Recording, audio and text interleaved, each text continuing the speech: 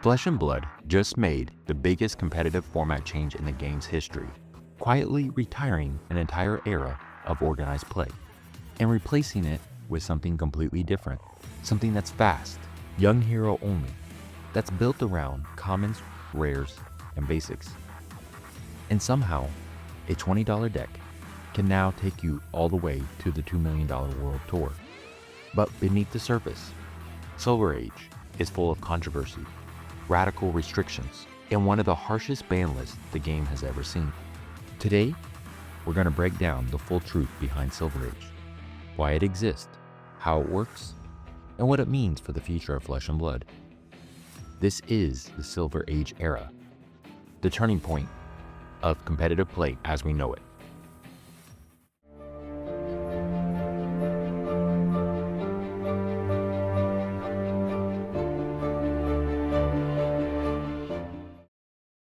Hey everybody, welcome back to Decks and Bytes. Today we're going to be talking about Silver Age and how it's the biggest shift that we've seen to date in competitive play.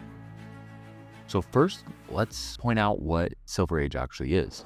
It's a young hero only format that focuses on tempo, heavy, fast, explosive decision-making gameplay. It's a format that's centered around commons, rares, and basics. So there's no majestics, legendaries, fables that you have to worry about, which creates a low power ceiling. The first look we're going to get at this gameplay is on November 30th. There's 3 events that are scheduled where we're going to get a preview this format before it's released. One of the most interesting things that was announced when it comes to this format is how rotation is going to work. There's going to be a seasonal rotation that is decided by the dev team, but also the community. While this could be a good thing, it also might be something completely different in entirety. Which leads me to discuss the ban list. This is the largest preemptive ban list we've ever seen in FAB history, and it's quite intense. My interpretation of the ban list is that aggro decks lose some of their key tools, that they removed a lot of key D-reacts that we've come to know as that a lot of core architects are getting rebuilds. And something else was unexpected is that combo decks are also losing some of their key pieces, which speaks to me that they don't want this format to be so combo heavy and quite more simplistic version of Flesh and Blood. But it also tells me that this format is just not going to be CC light, but it's going to be a brand new ecosystem. Is where things get a little bit complicated because it brings up a lot of questions like, is Silver Age going to be too shallow? The reason that this question comes about is due to the fact that the low rarity power levels are uneven across classes. Some heroes have stronger support kits than others.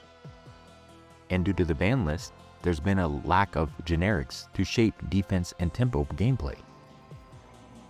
Also, there's concerns about the depth and solvability because it's only commons and rares. Another concern is that, is this format going to have an identity crisis? Because there's a lot of staples like Sync Below that have been removed from the format. Players that have been playing for a while may feel like this format is overly simplistic. Next is this format going to divide the community? Because there's now 2 major supportive formats, CC and Silver Age. And the risk is that this could split the community and dilute the competitive play. Now players of Silver Age may not play CC or vice versa. Another concern is the voting system. While I think that this is an interesting idea and could be a good thing, there is also risks that go along with doing some type of system like this, where popularity may outweigh balance, that influencers could shift the meta, that strong heroes could be removed too early, or weak ones may linger too long.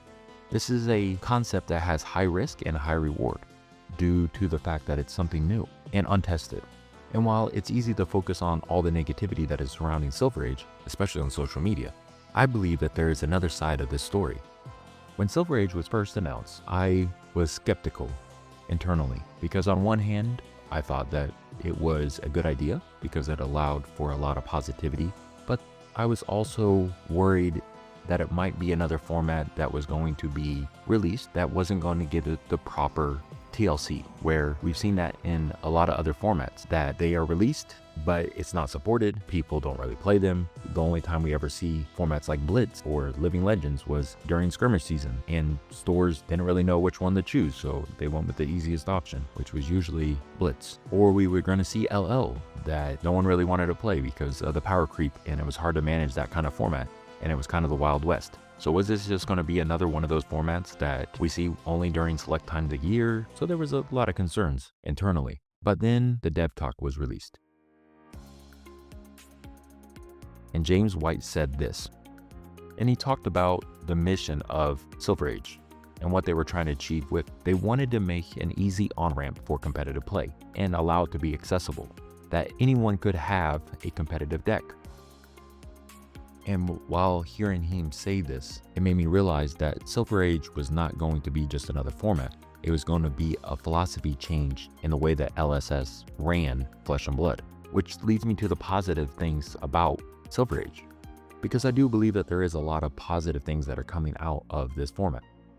First is going to be accessibility, that you don't need to worry about having a huge binder full of legendaries or majestics or fabled, that anybody can join the game and play at a competitive level. Accessibility to the key cards that you needed to be competitive was a huge barrier for most players trying to join the game.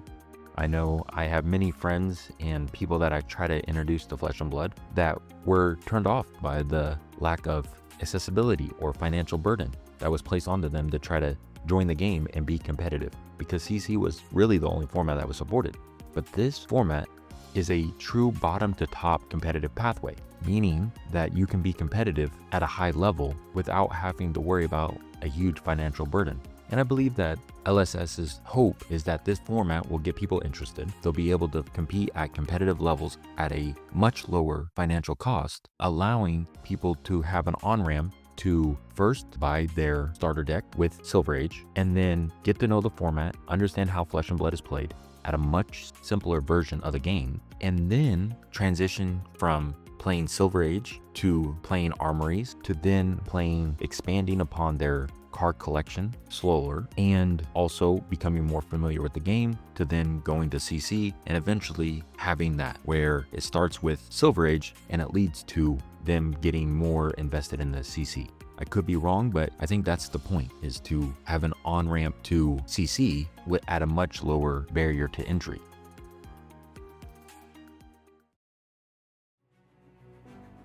Which leads me to the purpose of Compendium of Wraith, or PEN for short.